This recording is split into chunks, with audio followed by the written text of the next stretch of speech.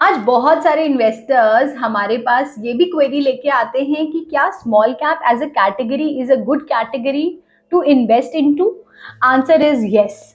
अगर आपका होराइजन 5 साल से ज्यादा का है तो स्मॉल कैप एक बहुत अच्छी कैटेगरी है जहां आप अपना पैसा डाल सकते हैं।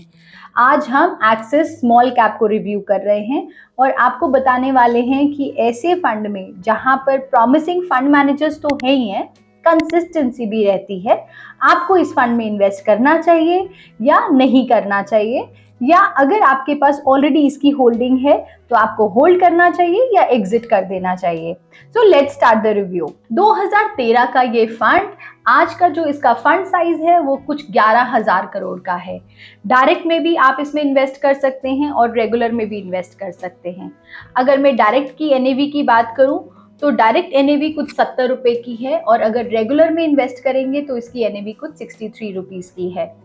ये 11,000 करोड़ प्लस का फंड बहुत ही बेहतरीन तरीके से मैनेज किया गया है और ये दो फंड मैनेजर जो बहुत ही प्रॉमिसिंग है मार्केट में, ये एक्सेस को मैनेज कर रहे हैं।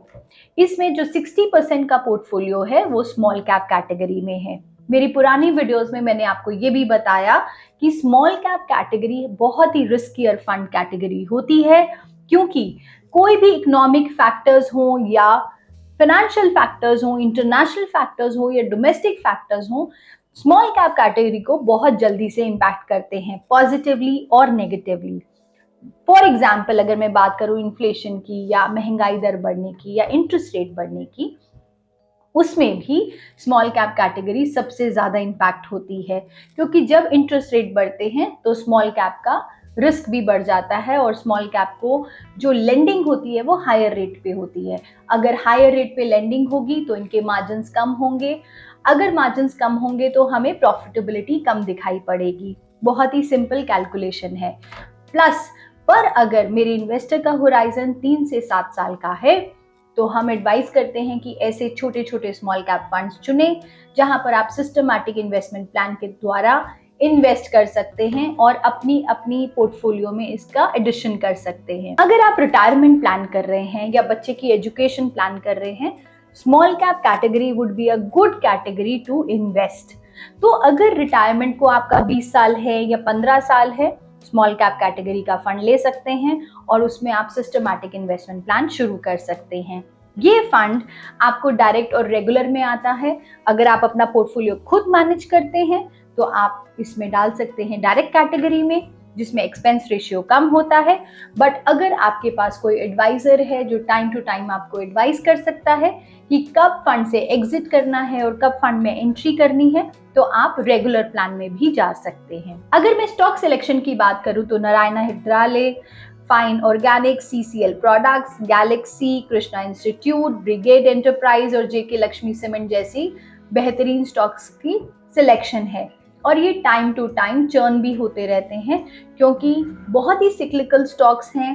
सीमेंट सेक्टर हो गया या ऑटो सेक्टर हो गया या फार्मा सेक्टर हो गया, बहुत ही सिक्लिकल स्टॉक्स हैं। तो फंड मैनेजर बहुत ही एक्टिवली इनको मैनेज करते हैं और पोर्टफोलियो को टाइम टू टाइम रिव्यू करके चर्न करते रहते हैं। अगर मैं इस कैटेगरी की बात करूं तो टोटल इन्वेस्टमेंट आपका इक्विटीज में जाता है, जिसमें 60% स्मॉल कैप कैटेगरी रहती है, मिड कैप में कुछ 6% के आसपास और लार्ज कैप में कुछ 1-1.5% के आसपास का इन्वेस्टमेंट है।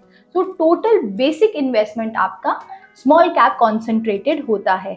और अदर इन्वेस्टमेंट्स लाइक अगर आपने फंड और फंड चुना है या बहुत सारे अदर डेट इंस्ट्रूमेंट्स हैं, उसमें भी small cap category Axis as a small cap fund has taken an exposure of 17%। तो आप ये फंड रख सकते हैं। अगर आपके पास ऑलरेडी एग्जिस्टिंग फंड है तो इसको होल्ड कर सकते हैं। और बहुत ही मजेदार आंकड़ा बताती हूँ, अगर आपने 10,000 की सिप 2013 में शुरू की होती तो आज आपको 150% का रिटर्न मिलता। It means compound growth of 20% year on year. So इससे अच्छा रिटर्न आपको कहीं मिल ही नहीं सकता, बिकॉज आपने रिस्क लिया। रिस्क एडजस्टेड रिटर्न्स अच्छे हैं, एक्सिस का ब्रांड है और लॉन्ग टर्म के लिए मेरे इन्वेस्टर के लिए एक अच्छी कैटेगरी है। सो फ्रेंड्स, ऐसा और कोई इन्वेस्टमेंट और कोई कैटेगरी जहां पर आप चाहते हैं कि हम रिव्यू करें और आपको एडवाइस करें आपके पोर्टफोलियो के हिसाब से, तो आप हमें लिख भी सकते हैं। हमारे फाइनेंशियल एडवाइजर्स आपको टाइम टू टाइम एडवाइस करते हैं और आपको बताते हैं कौन से फंड से कब एंट्री लेनी है और कब एग्जिट करना है।